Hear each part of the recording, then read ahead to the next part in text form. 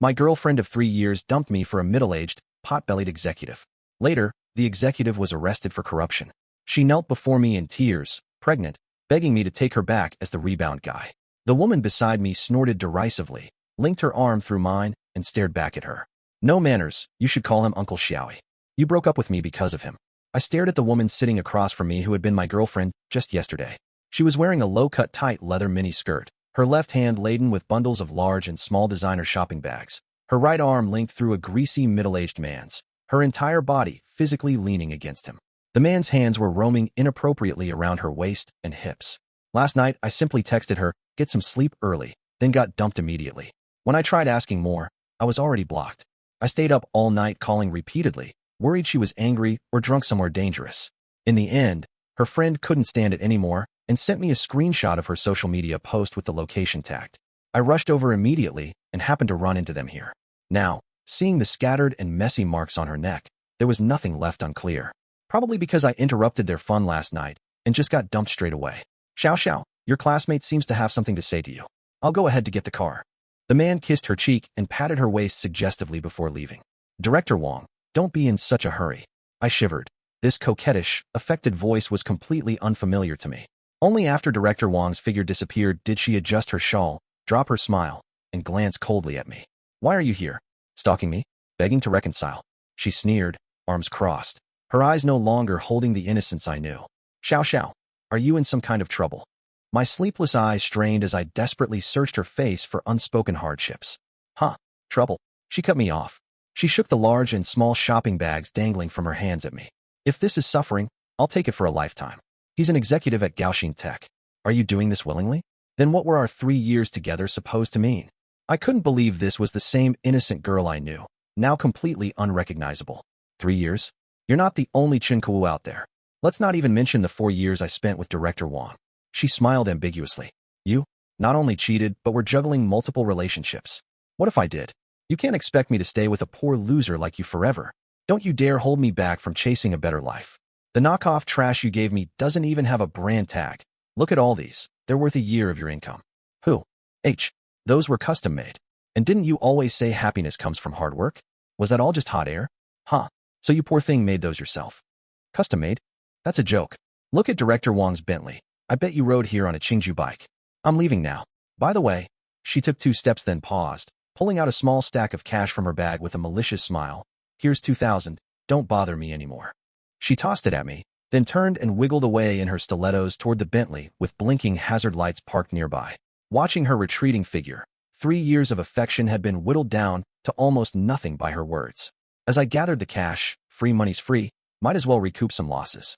I wondered whether to first rage about her multiple affairs making me the other man, or fume about how one item I gifted outweighed all her purchases. Joke's on her, my dad's the richest man in City A. Do I look like I need her petty cash? If it weren't for that fortune teller dad consulted when I was born, saying I must keep a low profile until I turn 24, plus those childhood kidnappings, I wouldn't have stayed so incognito that even classmates think I'm an orphan. We started dating in college when she bumped into me at the library, arms full of books, me looking at my phone while waiting for someone. Her pure and charming looks made it easy for me to fall in love at first sight. Later, I helped her carry the books and exchange contact information. She was the one who pursued me. Though maintaining a low profile, I wasn't short on money. Yet throughout our relationship, we never went to high-end malls, but always ended up at our T-Mart. It wasn't that I didn't try to take her. She would tug me away from mall entrances straight to our T-Mart, saying she wanted to save me expenses while playing the role of a thrifty homemaker. She'd order 30 boxes of tissues and piles of daily necessities there. No exaggeration, every shopping trip required a Lalamove truck to haul the goods home. After paying 7,000 to 8,000 yuan each time, I'd stare at the receipts thinking this was comparable to dining at upscale malls. I used to wonder how she consumed all these supplies until someone mentioned her family ran a convenience store. She was stocking up inventory through me. That explains those weird WeChat contact names I once glimpsed on her phone. Supplier number 2, regular meal ticket, takeout, dowry fund. Back then when she said she prioritized her career, I actually believed it. Promised to support her by accompanying her to the mall twice a week, which somehow became 4 times a week. Maybe I'm just one of her projects too. Honestly, this whole situation cracks me up like an old granny burrowing into bedding. I tucked the pink diamond ring I recently acquired at auction deeper into my pocket. Well, at least I saved myself 2 small financial goals. Gaoxin Tech. That company Dad acquired last year? Son, did the proposal work out? Returning to my apartment, I found my father, who'd been handling documents in the office all morning and was now busy cooking, emerging from the kitchen wearing an apron and holding a kitchen knife. Nope, she didn't fancy me.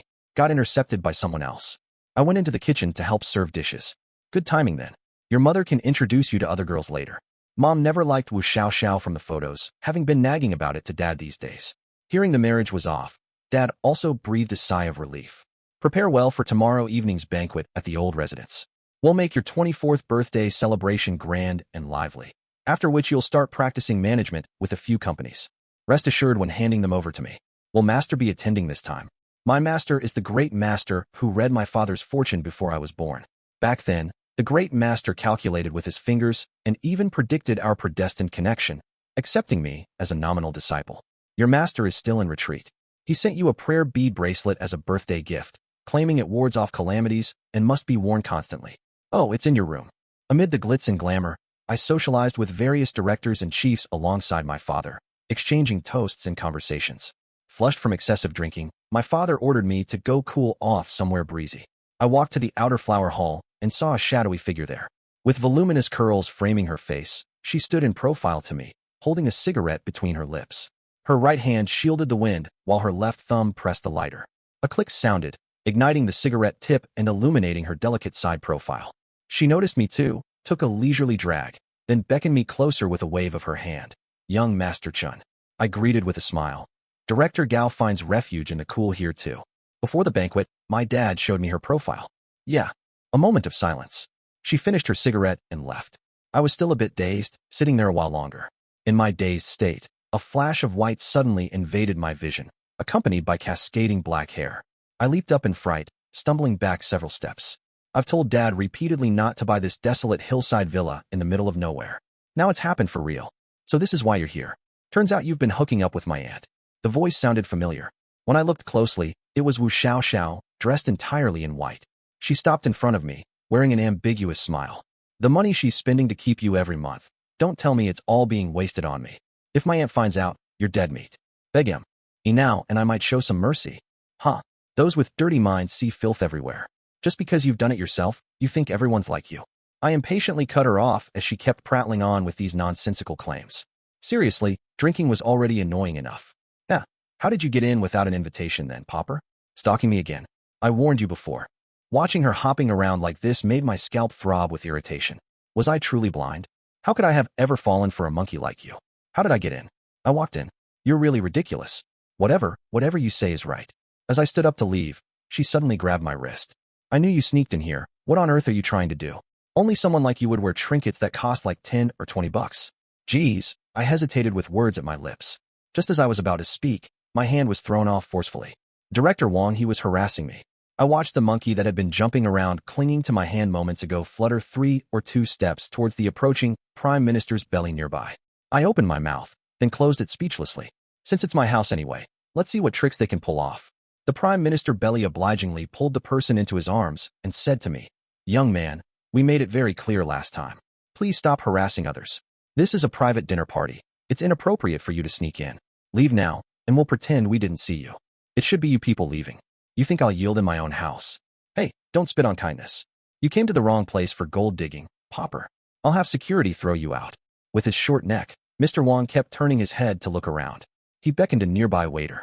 Seizing the moment when he wasn't looking, I quietly kicked a pebble under his feet. The waiter approached at the sound. As Mr. Wong turned, he lost his balance and fell onto Wu Xiao in his arms. The sight of 300 pounds crashing down looked painful even to me. I pretended to help the waiter assist him up. Once upright, Mr. Wong immediately forgot my helping hand. Enraged, he pointed a trembling finger at me and shouted at the waiter. "What's wrong with you people? How dare you let every Tom, Dick, and Harry in here? What if they offend important guests? What can be done? How about throwing them out?" I retorted. "Yes, throw them out immediately. Then do it." I motioned to the waiter. "As you wish, young master." Upon hearing the waiter's response, Mr. Wong's eyes widened in shock. Before he could speak, Wu Xiao threw herself forward, crying out, "What young master? I think you're all in cahoots." Before she could finish, Manager Wong clamped a hand over her mouth and restrained her. I noticed the housekeeper approaching with a lantern and waved him over. "Young master, you should return. The master is asking for you." Manager Wang reacted swiftly, turning to slap Wu Xiaoxiao across the face while fawning. So you're young Master Chen? Forgive my failure to recognize your status. I don't deserve that title. I'm just some nobody. He attempted to continue, but I'd already lost patience to listen. Knowing my father was looking for me, he simply instructed the butler to escort some people out through the back door. Dad, I finally squeezed through the crowd surrounding him at the center of the venue. Caused trouble? No way. All right.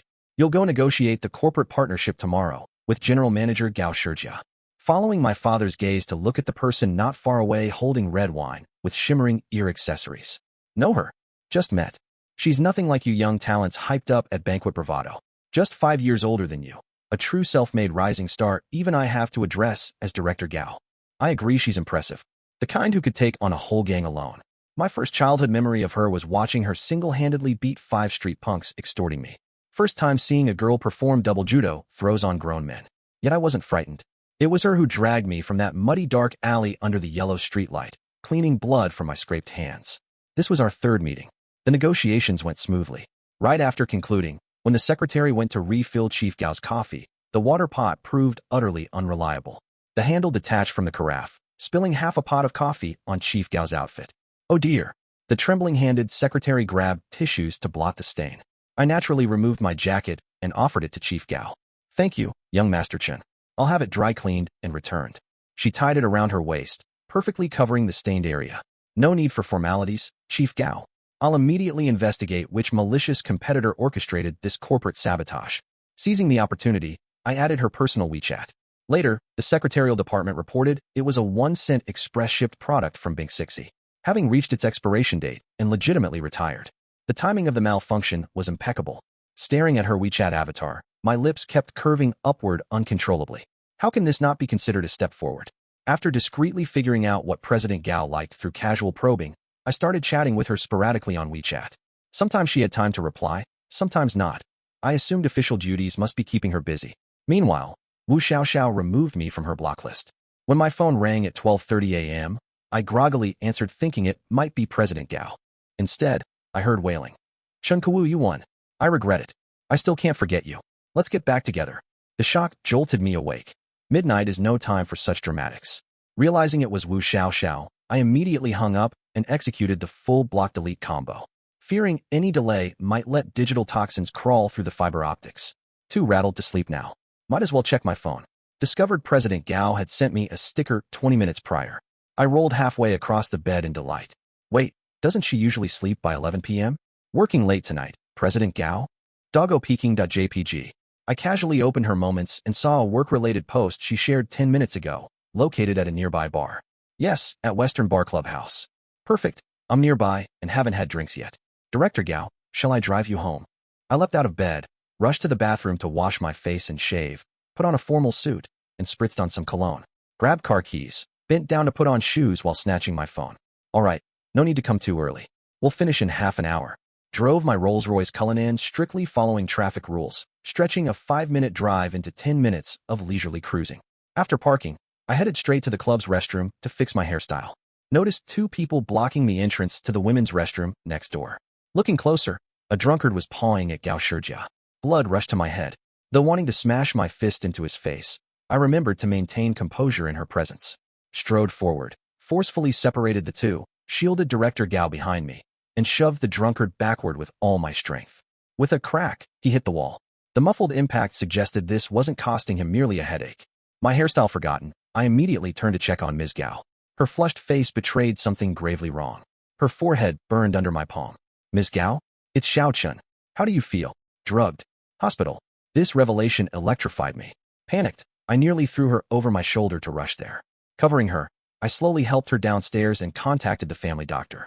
The Cullinan demonstrated its speed, arriving downstairs in 5 minutes where doctors were already waiting. While the doctor administered the injection, I contacted the club manager to request surveillance footage. The materials were soon sent to my phone. The doctor emerged, saying she was fine and had fallen asleep.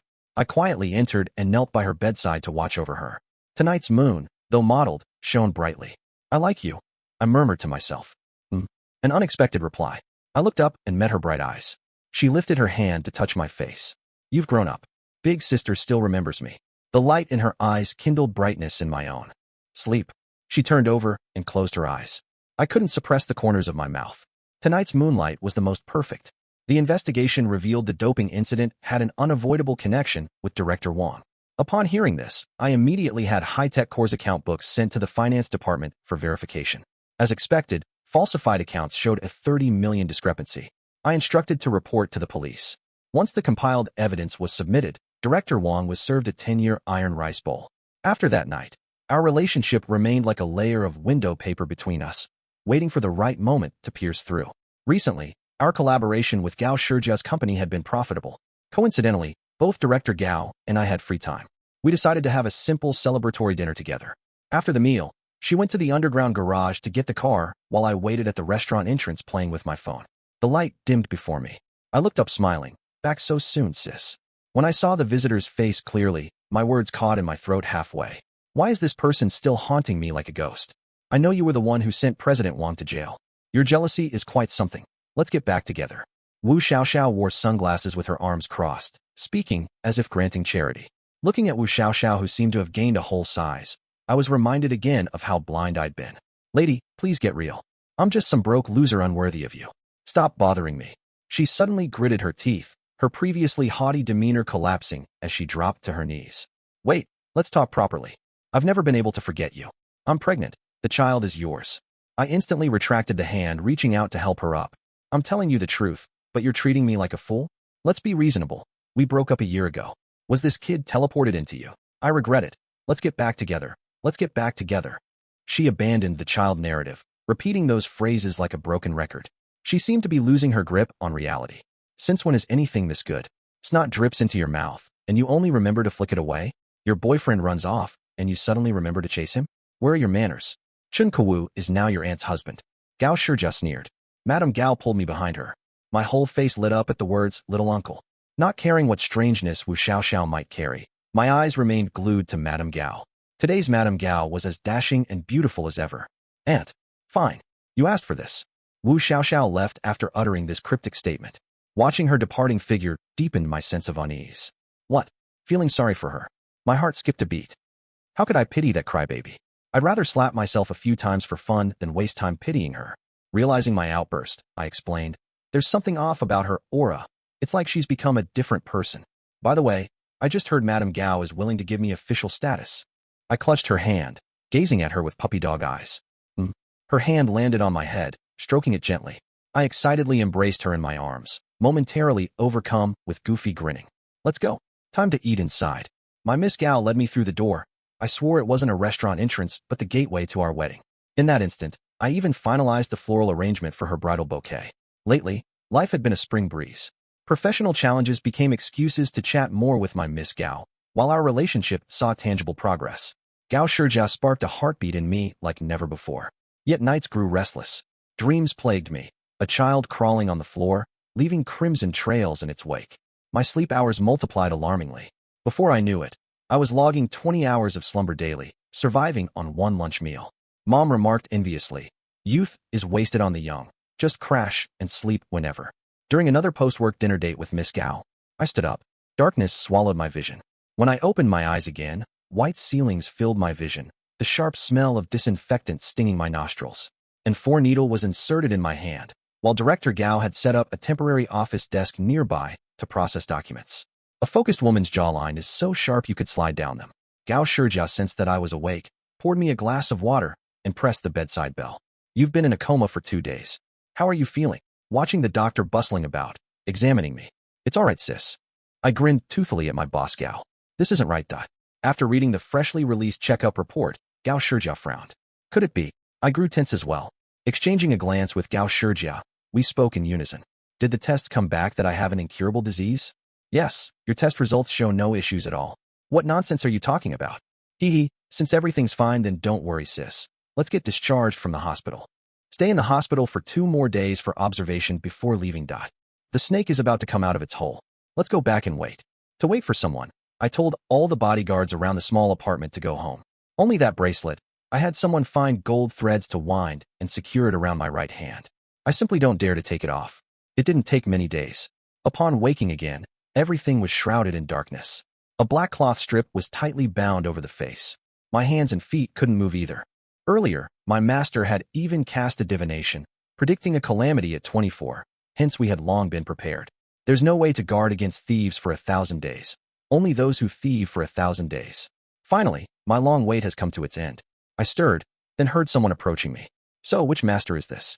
If you want money, look for my dad, the wealthiest man in City A. If you want a Taoist ritual challenge, look for my master, Qingshan Taoist. As for me, I'm useless except for eating. Chen Kuo. The voice was hoarse yet familiar.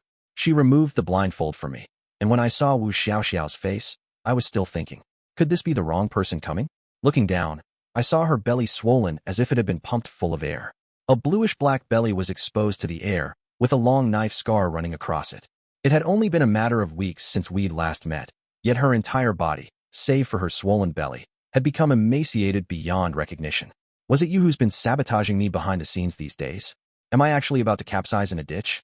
She didn't answer, just kept stroking her belly while staring at me with those eyes that seemed ready to devour me whole, murmuring, I told you it's yours. Why won't you believe me? If you had believed, why would I need to cut open and replace again? Luckily, we froze the previous one. What else could we have done otherwise? I felt chills crawling over my scalp. This woman had gone mad. During our second year together, there was one passion-blinded night when precautions were forgotten and she got pregnant. At that time, I felt deeply guilty. After learning she didn't want to abort, I arranged for both parents to meet and get married legally. When I first proposed this idea, she said her parents were traveling and they wouldn't be available anytime soon. She also asked for my 8 characters of birth, claiming that the place her parents visited happened to have specialists who could examine our compatibility. A month passed in waiting, until we received news of her miscarriage. She said she was accidentally bumped into by someone while shopping and hadn't been careful. Looking back now, the person I bumped into in the same hospital corridor when I rushed to the ward after receiving the news was none other than Director Wong, who's now serving time on a sewing machine. She moved closer, trying to sit on my lap, and a foul, rotting smell assaulted my senses. In desperation, I shouted, Wu Xiaoxiao, what did I do wrong for you to treat me like this? What exactly do you want? As the words left my mouth, my heart sank. Sure enough, the next second she leaned in with a creepy smile. You were wrong for not telling me you're the son of the richest man. What do I want? I just want to be with you. It's fine if you refuse. The child in my womb will make you willing. She see. Ut opened my pants with scissors, then turned around and grabbed the bowl and kitchen knife from the table. Wait, I do. Don't be impulsive. I tried to retreat, but was tied to a fixed chair. Couldn't move an inch. You're willing, but it's too late. The way she looked at me was like a butcher gazing at a pig, like a chicken slaughterer staring at a chicken. And now you just need to give me a little bit of blood. As she spoke, a blade sliced open my femoral artery, draining half a bowl of blood. Before passing out, her bony, chicken claw-like hand caressed my face. All your money belongs to me now. When I opened my eyes again, a gaunt auntie lay sleeping beside me. My eyes flew wide open. Thankfully, I was wearing a shirt, though only in underwear, with a bandage wrapped around my right thigh. Glancing sideways, the woman wore a spaghetti-strap dress despite her pregnancy. I seemed to have lost my memory. Attempting to sit up, I found my limbs utterly strengthless. My movement roused the auntie beside me. She naturally grabbed my hand that was lifting the blanket, smiling at me. Husband, why wake so early? I remembered I just turned 24. Could I actually be 42? I removed her hand that was already sliding across my body. Hearing her humph, my heart trembled 3 times. Strangely, a voice in my heart said this woman before me was my beloved. Yet when she approached, my body recoiled instinctively.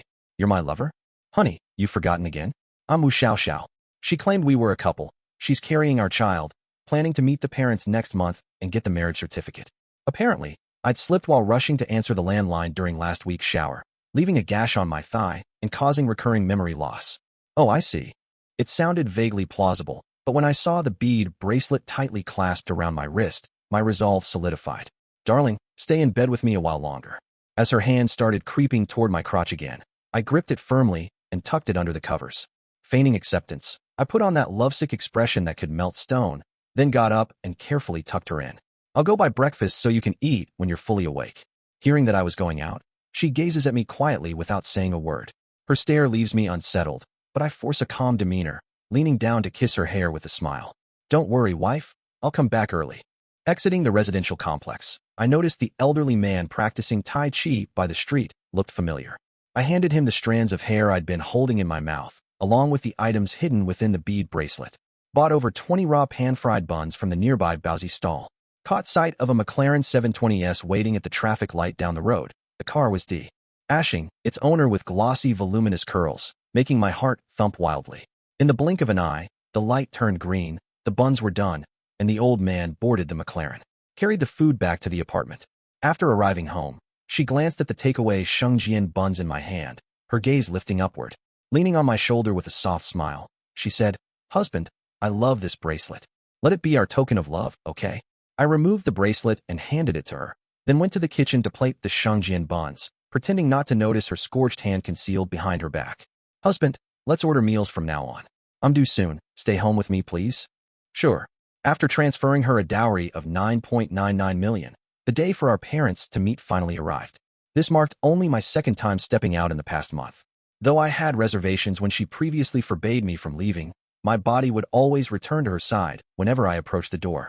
When both families met at the restaurant, my mother wore a forced smile. Midway through, as I wrapped my arm around Wu Xiaoxiao's shoulder and she supported her belly, we encountered that memorable McLaren owner in the hallway. She stepped forward in high heels with an intimidating aura, blocked the middle of the path. Wu Xiaoxiao appeared to want to hide behind me, but I took a step backward first. "Auntie you." Before finishing the sentence, the woman across us swung a resounding slap across Wu Xiaoxiao's face. Looking at the swollen face from that slap, solid damage. That was one hell of a slap. Feeling a pain in my chest, seeing the opponent about to strike again, I stepped forward to make a show of blocking it. To my surprise, my sister shifted tactics, one hand gripping my neck while the other swiftly forced a pill into my mouth, manually clamping my jaw shut. A furious roar came from behind. "Spit it out." My body obeyed the command and began retching, but the pill dissolved upon contact. Combined with my sister's ironclad grip, the medicinal liquid slid into my stomach, sharpening my mental clarity. A metallic sweetness surged up my throat as my sister struck my lower abdomen with controlled force. As my head tilts to the side, I vomit blood all over the floor. Just before losing consciousness, I spot something resembling a silkworm cocoon amidst the bloodstains. Gao Shijia catches me yet again. This time, I wake up in a hospital bed, with the old Tai Chi grandpa from last time sitting beside me. I grin crookedly. "Master has emerged from seclusion, huh?" The master keeps his eyes closed, fiddling with walnut prayer beads, snorting irritably at my words. "If I hadn't come, you'd have killed yourself with your antics." Sitting up, I chuckle sheepishly. The hospital door swings open. The newcomer carries a Ramal lunchbox, her secretary trailing behind. Locking eyes with her, I keep grinning foolishly. Sis. Look at this dummy. Can't even blink properly when seeing people." Master gave me a disdainful glance, greeted our Miss Gao, then turned and left. Miss Gao ignored me, brushed past me to set the thermos on the bedside table. Mustering my courage, I blinked brightly while tugging her sleeve. "Sis is so strong you carried me like I weighed nothing." Miss Gao remained expressionless, ladling kanji. I lowered my head and mumbled pitifully. "Does sis dislike me now?"